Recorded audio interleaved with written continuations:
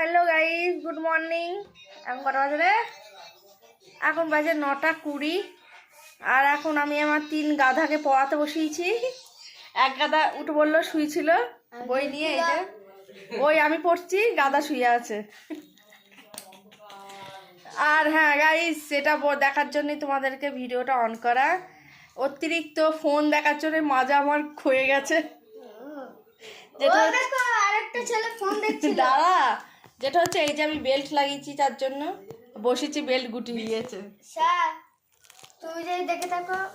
আর এটা হচ্ছে আমার বরের কথা, অত্যাধিক ফোন দেখলে নাকি মাজা ক্ষয়ে যায়। তার জন্য সবাই সাবধানে, বেশি ফোন দেখবা না। বেশি ফোন দেখলে মাথার কোনো সমস্যা হবে না, চোখের কোনো সমস্যা হবে না, মাজা ক্ষয়ে যেতে পারে, মাজা হাড় ক্ষয়ে যেতে পারে। যাই হোক, আর আমার বড় ছেলের পড়াশোনার ব্যাপারটা তোমাদের সঙ্গে একটু শেয়ার করি। দাও বইটা দাও। আমার বড় ছেলে মানে মাস্টারের ওপর দিয়ে সবসময় মাস্টারি করে। দে কথা কম বল। বই পড়া ধরার আগে দাগিয়ে আগে শর্ট করে ফেলবে। এই যে সেটা হচ্ছে এই নমুনা, মানে এত পড়া পড়েছে, বই দাগিয়ে পুরো ভরিয়ে ফেলেছে। এই যে মানে যে কোনো প্রশ্ন আগে শর্ট করে ফেলবে। যেটা হচ্ছে এখন সমস্তটা পড়ার কমপ্লিট হয়ে গিয়েছে। লাস্টে একটা প্রশ্ন ছিল, সেটা হচ্ছে জনবসতি, মৌসুমীবাবুর জনবসতি। আচ্ছা, সেখানে লেখা আছে অনুকূল জলবায়ু, উর্বর মাটি, সমৃদ্ধ কৃষিকাজ, উন্নত পরিবহন ব্যবস্থার কারণে মৌসুমী জলবায়ু অঞ্চল পৃথিবীর সর্বাধিক জনবায়ু বহুল অঞ্চল। এইটুকুনি পুরো নেই, উধাও, ভ্যানিস দিয়েও সহজটা পড়েছে। যেখানে লেখা আছে দিল্লি, কলকাতা, মুম্বাই, চেন্নাই, ঢাকা, রেঙ্গুর এর মতো বড় বড় জনবহুল শহর রয়েছে এই অঞ্চলে। মায়ের মাথা, মায়ের পিণ্ডি সব এখানে আছে, সেইগুলো শুধু লিখে দিয়েছে। মানে কোন কোন জায়গায় রয়েছে এই জনবহুল অঞ্চল, মানে শহরটা, সেইটুকুনি লিখেছে। আর আদার্স 4 লাইন পুরো ভ্যানিস। বলছো আসল জায়গাটাই তো পড়েছি, ওগুলো পড়ার কোনো দরকার নেই। ওরই তো ও মানে ওই ডাক্তারেরই তো ছেলে, ডাক্তার যেমন বলছে ফোন দেখার জন্য মাজার আর হয়ে গিয়েছে, তেমনি তারই তো ছেলে এরকম ডাক্তারই হবে। আর কি করার, বেশি আশা করা যায় না। তো এই হচ্ছে আমার ছেলেদের পড়াশোনার নমুনা, আর আমার বড় ছেলের এই নমুনা, মানে সব শেষ। এইখানে আবার তোমাদের বলছি, দেখো পরিবহন ব্যবস্থা। মৌসুমী জলবায়ু অঞ্চলে অধিকাংশ ভূপ্রকৃতি সমতল, তাই সড়ক, রেল, জলবায়ু আর ইত্যাদি পরিবহন ব্যবস্থা উন্নত। তাহলে সমতল জায়গাটা কেন সেটা তো বলতে হবে। মৌসুমী জলবায়ু অঞ্চলে অধিকাংশ ভূপ্রকৃতি সমতল নেই, ভ্যানিশ। এখানে সড়ক, রেল, জলপথ, পরিবহন ব্যবস্থা উন্নত। আসল জায়গাটা ওগুলো পড়ার কোনো দরকারই নেই।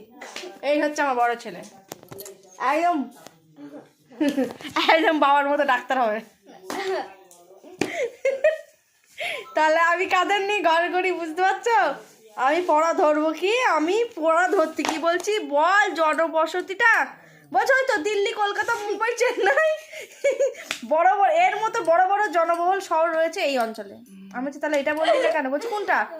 ওই যে ওইগুলো অনুকূল জলবায়ু, উর্বর মাঠে, এগুলোতেও বলতে হবে। ওগুলো আসল জায়গাটা বলে দিয়েছি আমি। তাহলে এর সঙ্গে অ্যাড করে দিস মায়ের পিন্ডি, মায়ের মাথা, এগুলোও পাওয়া যায় বলছি বলে হাসছে। হবে এদের পড়াশোনা মনে হচ্ছে অসম্ভব, অসম্ভব। আর বুকান হচ্ছে এতক্ষণ তো ফোন আর বুকান 6টার সময় ফোন পড়তে গিয়েছে, বিশাল কাজ করে ফেলেছে, দিয়ে এখন এসে পড়তে স্কুল যাবে। যত টেবিলে বই ছিল আমি বলেছি বই গুটাতে, ও যত বই ছিল তাড়াতাড়ি করে গিয়ে সব বই ব্যাগে পড়েছে, ব্যাগ জাগানো যাচ্ছে না। ও সব নিয়ে আজকে স্কুল যাবে। বছরে একবার স্কুল যায় তো, তাই জন্য সবই নিয়ে যেতে হবে। আবার বলছে অনেকদিন স্কুল যাই না, আমার মনে হয় কেউ চিনতে পারবে না। কালকে ওদেরকে ডেকে দেখা বলছে, মানে ওদের স্কুলের ছেলেপিলে আমাদের বাড়ির সামনে দিয়ে যাচ্ছে, বলছে এই আমি বুকান, আমাকে চিনতে পারছিস? ওরা আবার বলছে হ্যাঁ চিনবো না কেন, তুই বুকান। বলছো আমাকে চিনতে পারছে, তার মানে এখনো বলেনি। এই হচ্ছে আমার ছেলেপিলে নিয়ে আমার সারাদিন হাসতে হাসতে জীবন নাজেহাল। তাই তোমাদের সঙ্গে একটু শেয়ার করলাম। আমার ফোন নিয়ে বসেছে, বড় ফোনটি তখন ফোন নিয়ে বসেছে। আমি ওকে পড়াতে গেলে এ শুয়ে পড়ে, একে পড়াতে গেলে ও শুয়ে পড়ে, মানে এদের মাজার শীততারা পড়ার সময় একদম ভেঙে খানচুর। তো চলো, এরাম পাবলিক তোমাদের বাড়িতে আছে আমাকে একটু কমেন্ট করে জানিও। আর আমার পাবলিকের ব্যাপারগুলো তোমাদের কেমন লাগলো সেটা কমেন্ট করে জানিও। মানে 6 লাইন প্রশ্ন, সেটাকে 2 লাইনে শেষ, আর 4 লাইনে দাও, তাহলে ওকে 3 নাম্বার 4 নাম্বার থাকলে কি করে দেবে? ও আসল জায়গা লিখেছো তো, বলছে আমি আসল জায়গা বলেছি। অনেক বকবকি চলে, টাটা।